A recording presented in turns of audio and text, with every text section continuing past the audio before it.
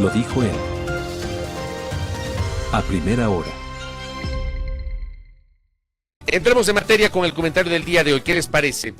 Voy a terminar un poco antes el comentario porque a las 7 en punto debo empezar con la entrevista con Esteban Ortiz, que luego, como es estrella de televisión, tiene que ir a un canal de televisión luego de conversar con nosotros. Bueno, a ver, el día de hoy la Asamblea Nacional tiene en su agenda, la Asamblea ya debe estar sesionando, estaba convocada para las 6 de la mañana, tiene ahí una agenda medio extensa, tiene un juicio político a la ex superintendenta de Economía Popular y Solidaria, Margarita Hernández, pero además en la agenda consta el segundo y definitivo debate de una nueva reforma al Código de la Democracia. Sí, o sea, este país es lleno de reformas y parches sobre las leyes, y después de la siguiente elección vendrán otras reformas, y luego de la siguiente elección vendrán otras reformas. Siempre hay que reformar las normas, en este caso el Código de la Democracia.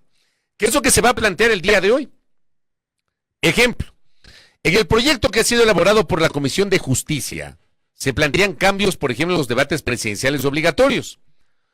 Uno de esos cambios es que, si bien están dirigidos a los candidatos a la presidencia de la República, los vicepresidenciables podrán participar en el debate de primera vuelta si es que el candidato presidencial no puede hacerlo por un caso de fuerza mayor, debidamente justificado y aceptado por el Pleno del Consejo Nacional Electoral, el cual debe pronunciarse hasta 48 horas después de presentada la excusa.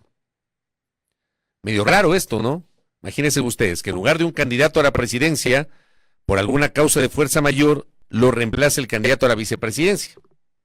Yo tengo mis reparos sobre eso, pero eso se va a debatir hoy en la Asamblea. Pero en la segunda vuelta, el proyecto propone que el debate sea para el binomio, o sea, para ambos candidatos, a la presidencia y a la vicepresidencia. Hay que recordar que en las elecciones de este año hubo un debate en primera vuelta de los candidatos y candidatas a la vicepresidencia de la República. En realidad eran 14 candidatas y 2 candidatos a la vicepresidencia. Fue un debate no obligatorio organizado por la Universidad Bolivariana del Ecuador en la ciudad de Guayaquil. Debate que fue moderado por los queridos amigos Pamela León y César Febres Cordero Loyola, pero no era obligatorio y asistieron 14 de los 16. No asistió la vicepresidenta electa María José Pinto y tampoco Galo Moncayo, que era aspirante por la Sociedad Patriótica. ¿Qué más proponen? En el caso de las infracciones leves, ya no serán sancionadas con multas de entre 1 y 10 salarios básicos, sino de entre 1 y 5. En el caso de infracciones graves, se sancionarán con multas de 5 a 10 salarios básicos y la suspensión de los derechos políticos por 6 meses. Actualmente las multas van de 11 a 20 salarios básicos y la suspensión de derechos de 6 meses a 2 años. Y finalmente, para las sanciones muy graves, se aplicarán multas de 10 a 50 salarios básicos y la suspensión de derechos por 6 meses. Al momento las multas van de 21 a 70 salarios básicos y la suspensión de 2 a 4 años. A ver, ¿por qué he escogido este tema para comentar el día de hoy? Porque una vez más, y me han escuchado a mí señalarlo en reiteradas ocasiones, audiencia, la calentura no está en las sábanas. Este país necesita un nuevo Código de la Democracia con una reforma integral, porque está claro que esa norma se ha desnaturalizado y en los últimos procesos electorales, sobre todo el último, esa norma se desnaturalizó por completo. Y el ejemplo más clamoroso fue la manera como no se respetó el artículo 93 del Código de la Democracia, que obligaba a que el candidato presidente se someta a una licencia obligatoria para poder hacer campaña electoral. Yo creo que ese es el eje que debería marcar cualquier debate sobre futuros cambios en el Código de la Democracia. Ese es el eje. Pero de ese eje deben surgir otros temas que, por favor, deben quedar de experiencia en este país para entender que la calentura no está en las sábanas. ¿Por qué no promover una gran reforma, o si es posible, la redacción de una nueva ley de elecciones, que, por ejemplo, establezca requisitos muchísimo más rigurosos para el registro de organizaciones políticas en un país que no llega a los 14 millones de electores, pero que tiene, ¿saben qué? 232 organizaciones políticas. Sí, un país de 18 millones de habitantes, con casi 14 millones de electores, tiene 232 organizaciones políticas. tiene 7 partidos políticos, tiene 10 movimientos nacionales, o sea, entre partidos y movimientos nacionales suman 17, porque los partidos son nacionales. Yo soy de los que cree que este país solamente debería tener partidos. Lo he dicho siempre. Aquí tenemos movimientos. Pero tenemos movimientos nacionales y partidos políticos, 17 entre los dos. Pero tenemos movimientos provinciales, que generalmente esos movimientos provinciales son liderados por un cacique. Y es el cacique el que forma el movimiento. ¿Ya? Y es un movimiento que se ha convertido en un vehículo para que el cacique pueda acceder a un cargo de elección popular. Y cuando el cacique no participa o cuando el cacique le va mal, el movimiento tiende a desaparecer. Porque no hay una cultura político-democrática en el Ecuador. Tenemos 61 movimientos provinciales, tenemos 139 cantonales.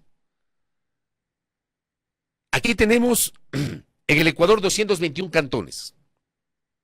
¿Ya? Tenemos 139 movimientos cantonales.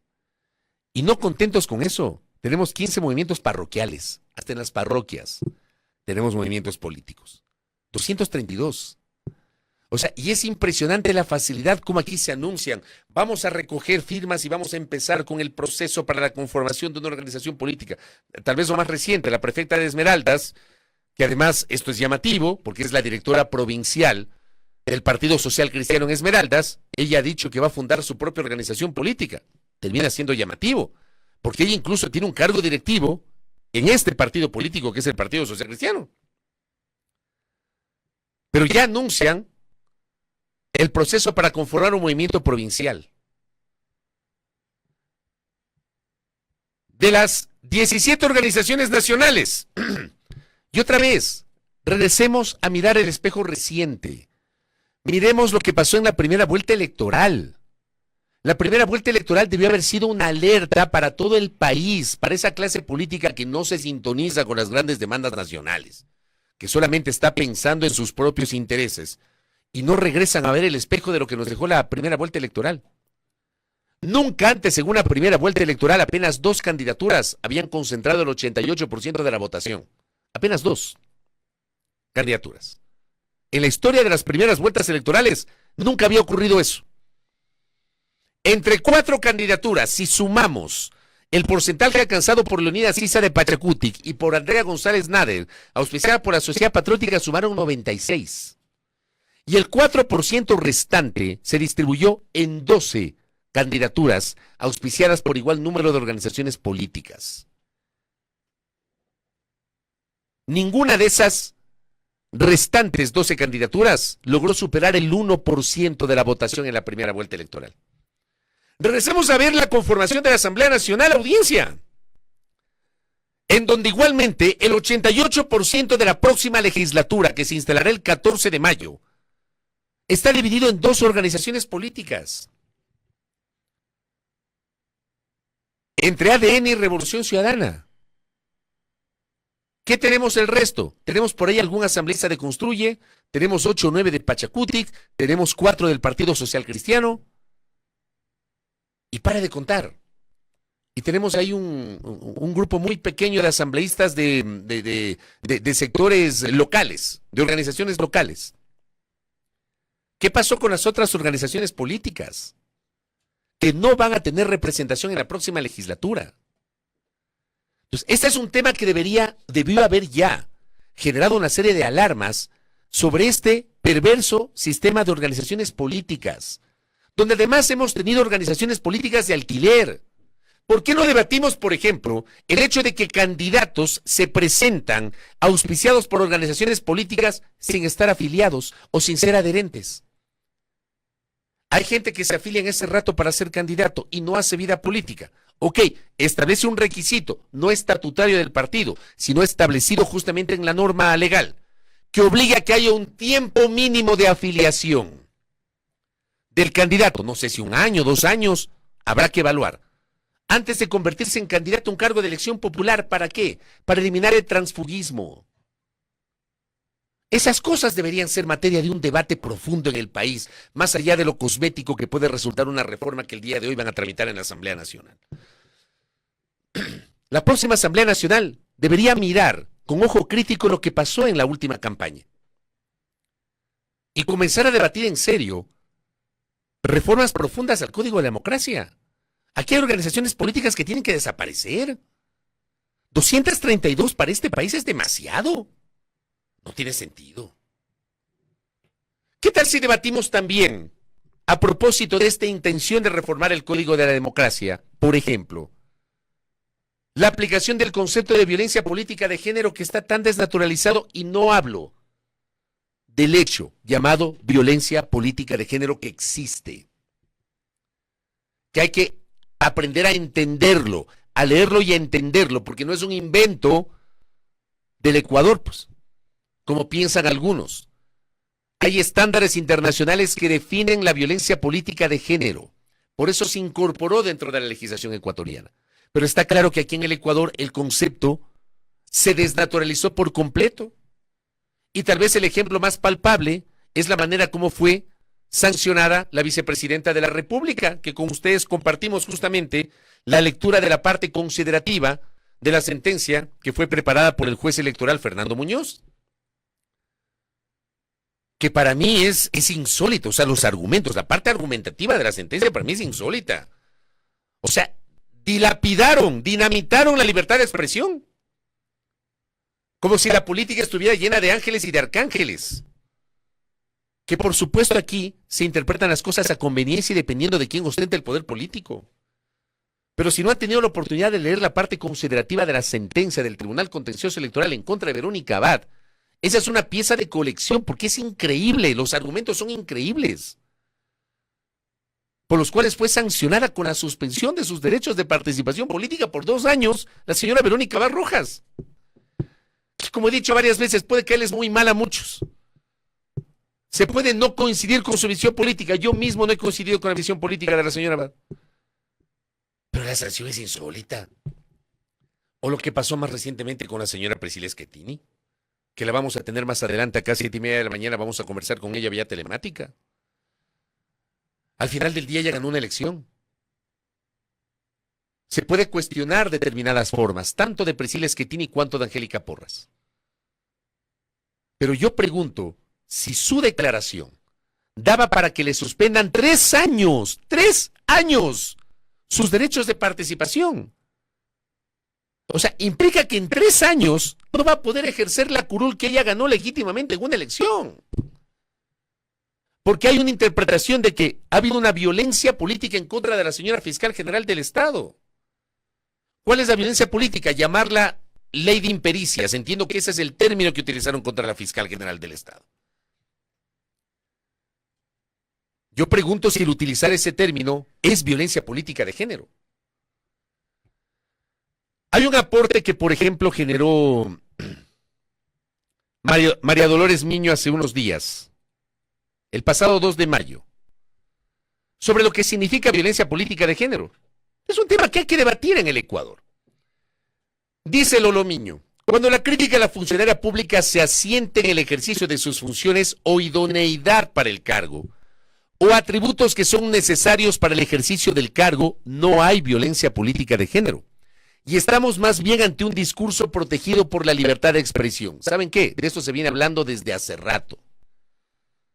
No es reciente este principio. Se lo viene debatiendo hace rato, porque hay estándares internacionales que protegen la libertad de expresión cuando se trata de cuestionar el ejercicio de un servidor público.